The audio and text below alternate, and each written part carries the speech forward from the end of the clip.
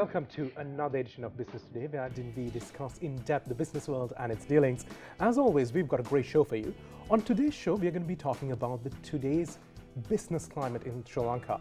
And to do this, we brought on a familiar face to our studio, a name everyone in Sri Lanka, I think, knows, Mr. Kishu Gomes. Now, of course, he's held many leadership roles in the past, so we'll learn a little bit about him before we have a chat.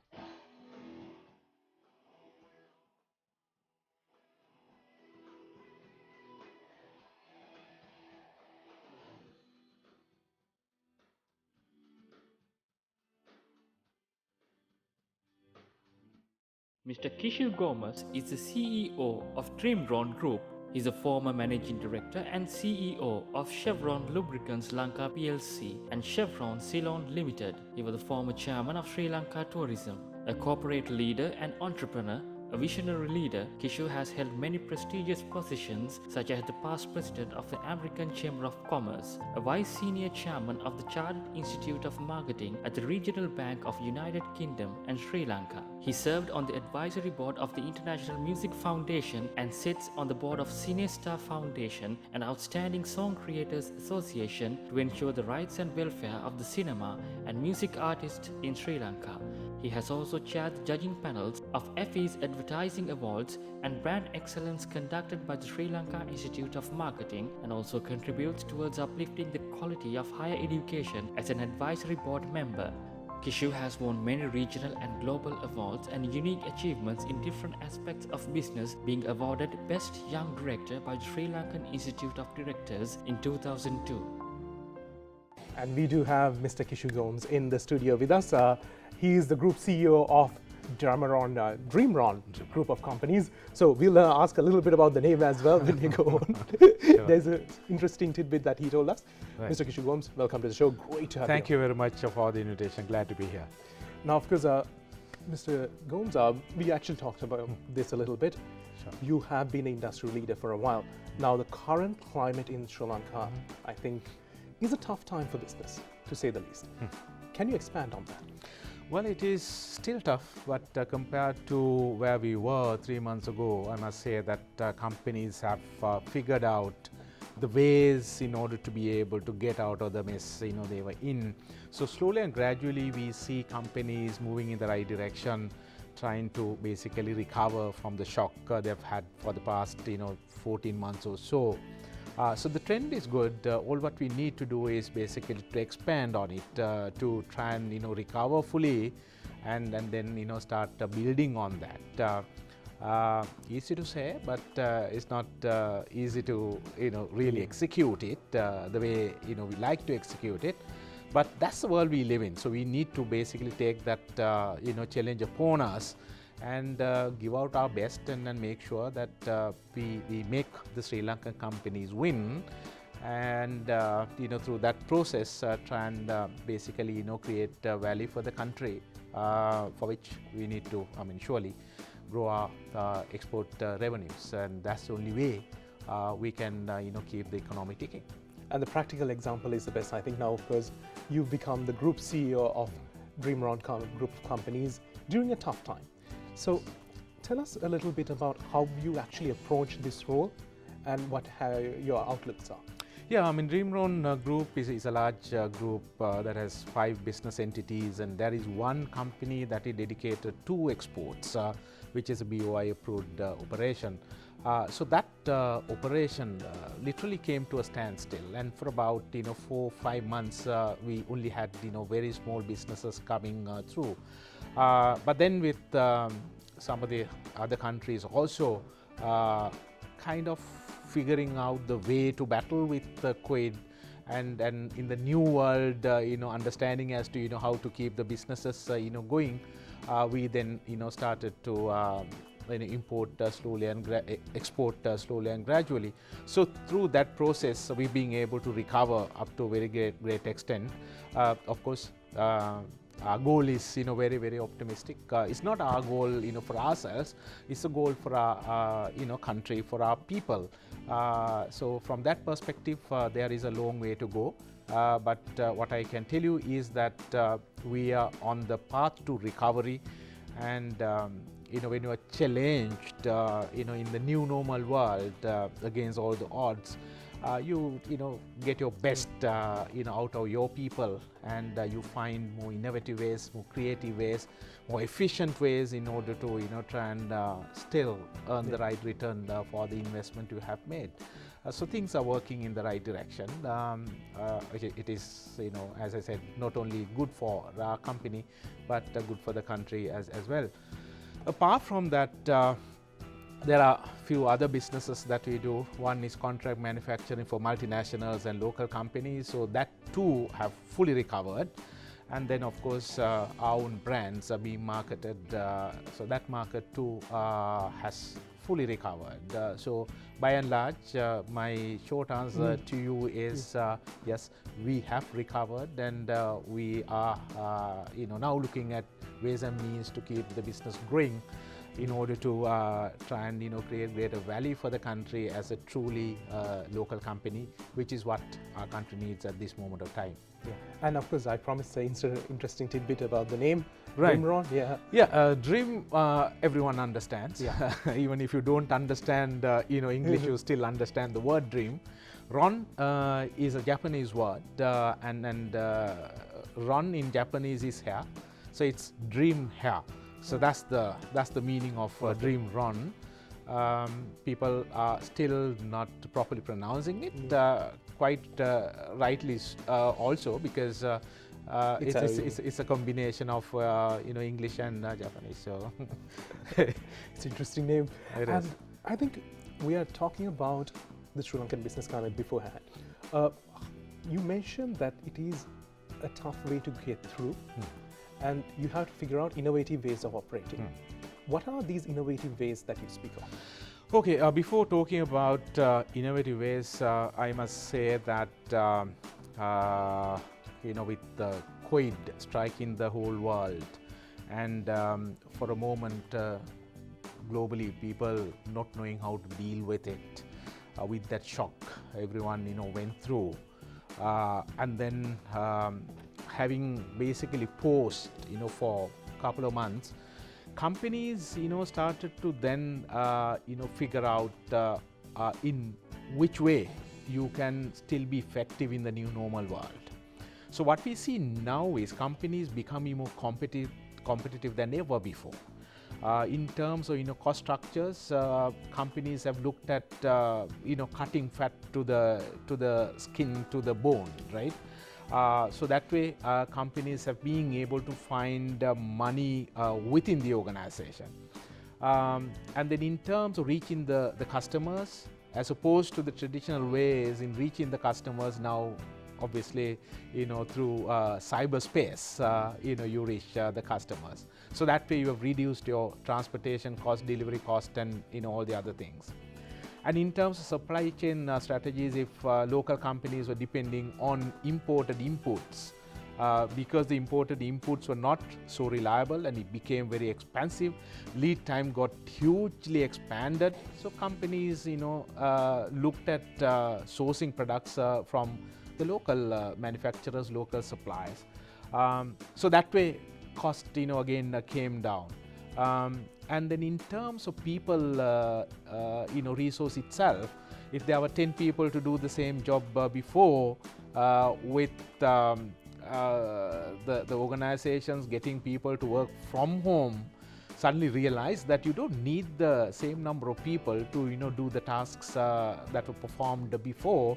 So now you're doing that with 5 people.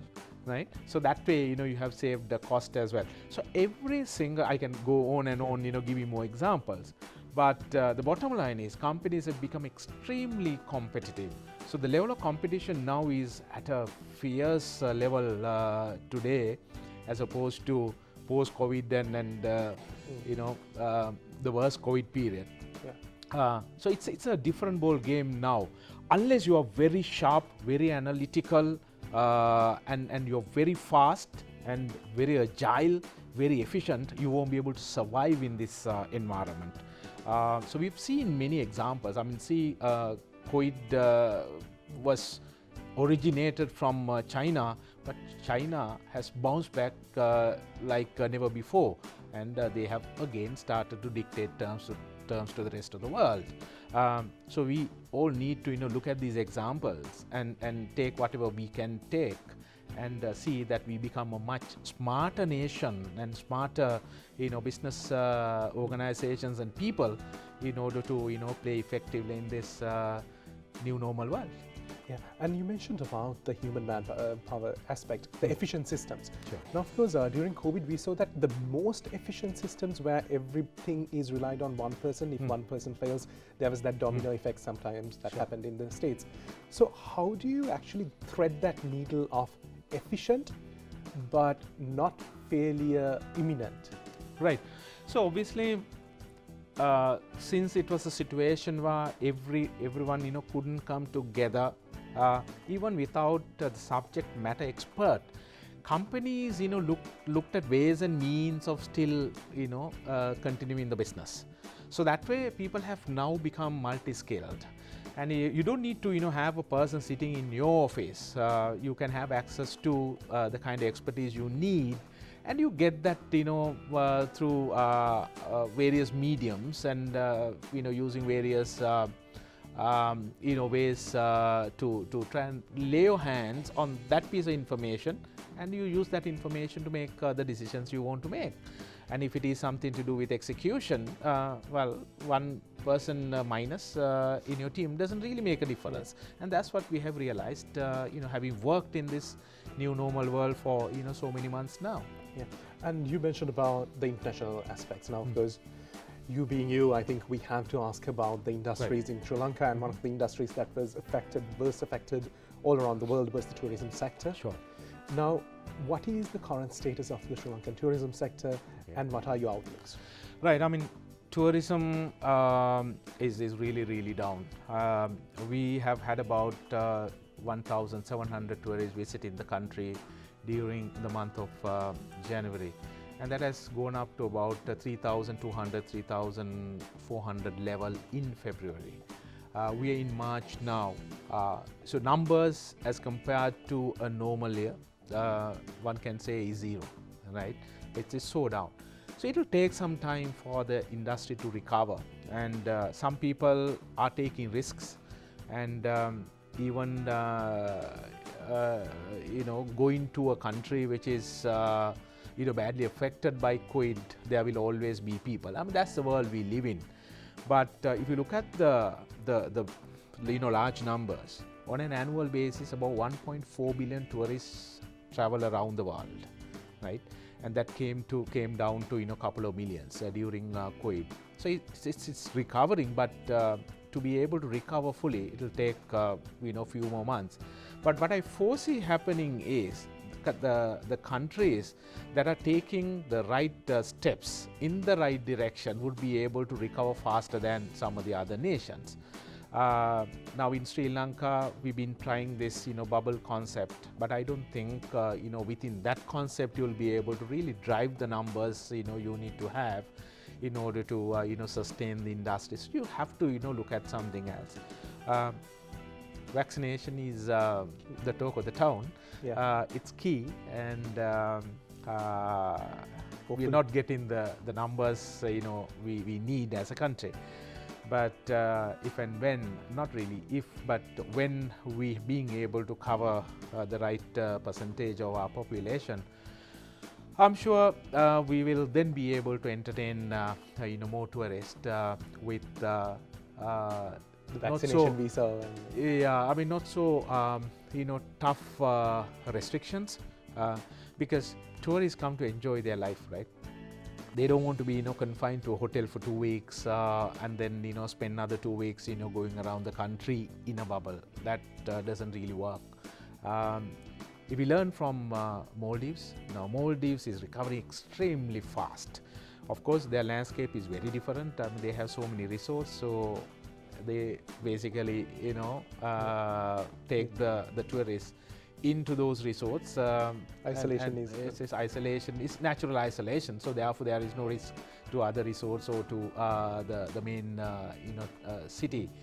but ours is very, very different. But I am sure with every single country depending on vaccinations and more vaccinations being put out by different organizations in the world, over the next 6 months' time, we will see the world being able to cover a critical percentage with which tourism can come back. We need to be ready. We need to be ready with our strategies. We need to have a strategy within which every single stakeholder in the tourism industry will work together.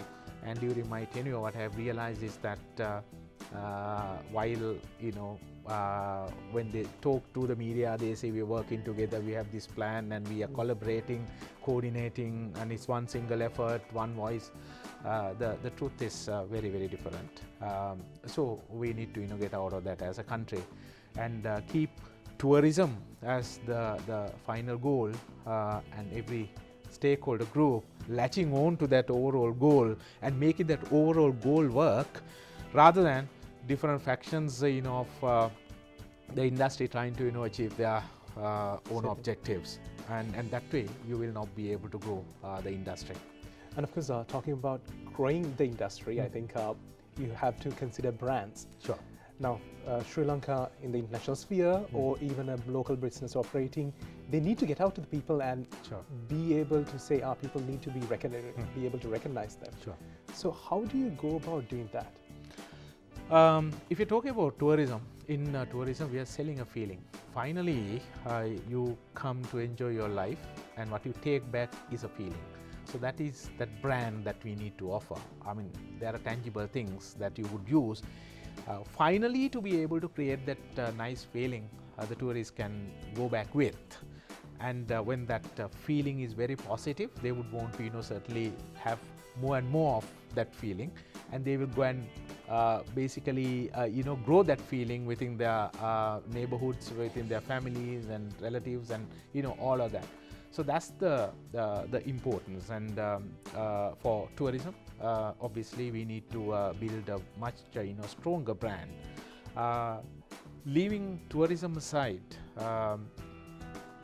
branding being very complex. Even if you look at all the other industries, in a world that is driven by brands, the world economy revolves around brands today. We know how America is building their economy. They don't manufacture anything.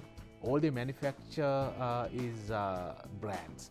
They come up with brands, they come up with technology, innovation, all of that, and they get the poorer countries to basically manufacture those brands for them, and they sell those brands across the entire world and keep their huge margin. So as a result of which, America has become a very rich nation. So in Sri Lanka, we don't have economies of scale. We are a very small country. So we will never be able to compete against all the other countries with products. Product quality is not what gets sold in the modern world. It's the brand. So we need to obviously start believing in that branding concept. We need to be convinced that branding is a way to go, and use all the creativity we have to build brands and sell brands. Value addition is the key. That's the way to go, yes. And what is your advice to all the entrepreneurs now? Because being a tough time, a lot of people have found themselves out of a job. Sometimes people have struck out their own for maybe some other means of income. What is your advice for entrepreneurs who are starting out at this time period? Well, if we just take into account all the challenges, one would easily conclude that this is not the time to start a business. But let me tell you, there is no better time than now to start a business, right? Because world is going to be more challenging tomorrow, right? And if you think that today is the most challenging day, you're being deceived by somebody. So there is no better time. All what you need to have is a winning idea, winning value proposition, a creative idea, a competitive idea that you can put into practice and make your way. and create a business, build a business, and keep fighting until you achieve your objectives. So while COVID has obviously brought the economic growth rates down, if you have a smart idea, start your business today. Launch your idea and make sure that you work hard, you work smarter, you work more efficiently, you pull all the competitive advantages together, put in one basket, and be the best competitor you can be. Compete very aggressively and effectively until you achieve your objective. And now, how's the research done? Now, of course, you have different experience in vastly different industries, whether it be automotive, tourism, now of course in beauty products.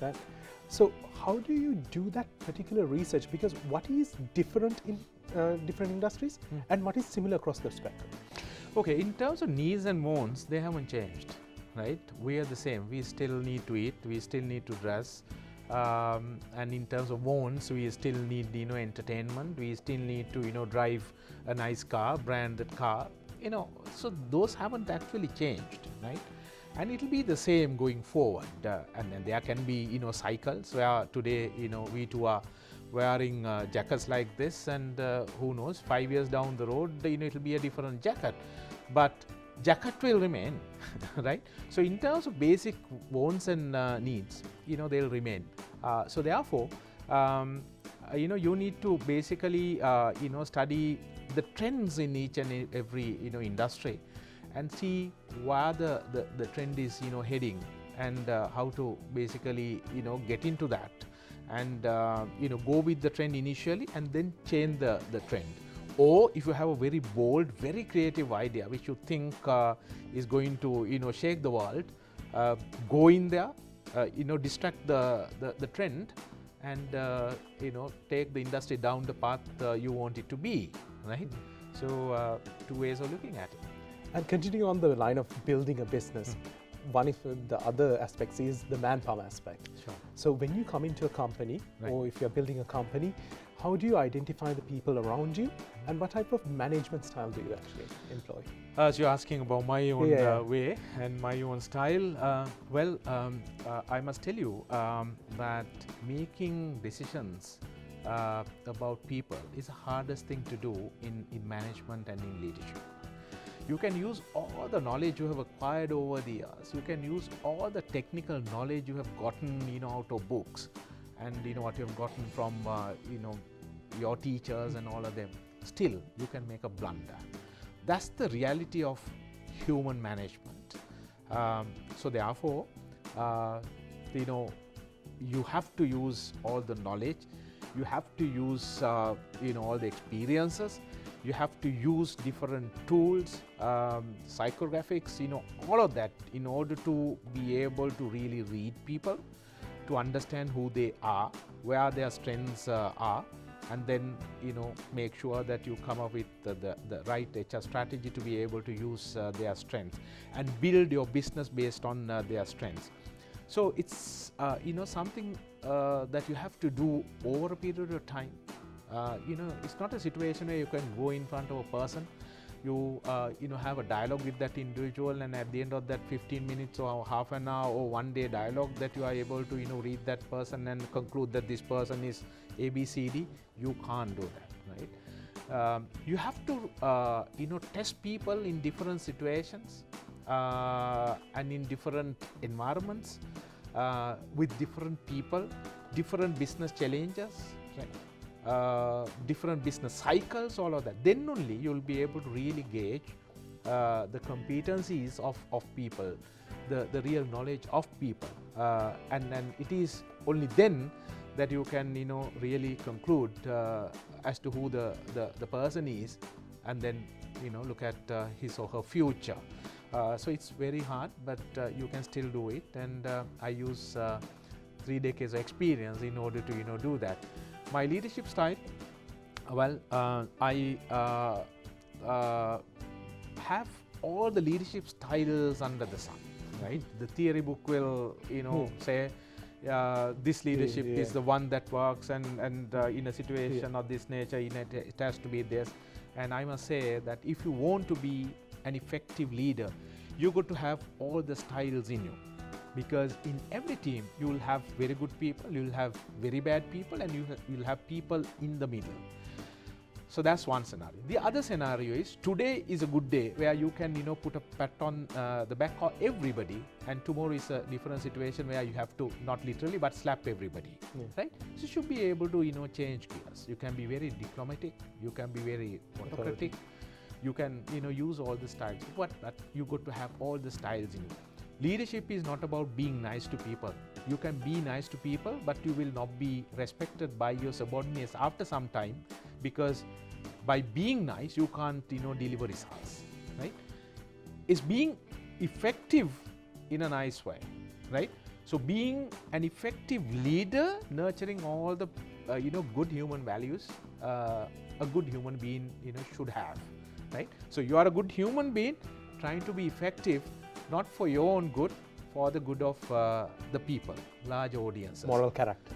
Moral character. And then people will realize that you are actually working for them, you're working for other people, and even if they don't like some of the decisions that you make, since they understand your intention, they would still want to work with you, looking at the results that you can achieve tomorrow. And when such good results are achieved, they need to also know how they're going to benefit out of it, because the success of your leadership, success of your organization should be shared with the people in the organization, and keep that cycle working all the time. So when you have a cycle of that nature, then you are able to use all the styles but not be unpopular as a leader. Thank you, Mr. Gomes. I think he actually covered everything that needed to be said in the business landscape, how to build a business, how to operate a business, and how to build a brand. That was Mr. Kishu Gomes, the Group CEO of Dreamron Group of Companies. Thank you for being with us. Thank you very much for the opportunity. And with that, we'll wind up the personality segment. We do have the market discussion segment coming up right next, so stay tuned in. We'll be right back.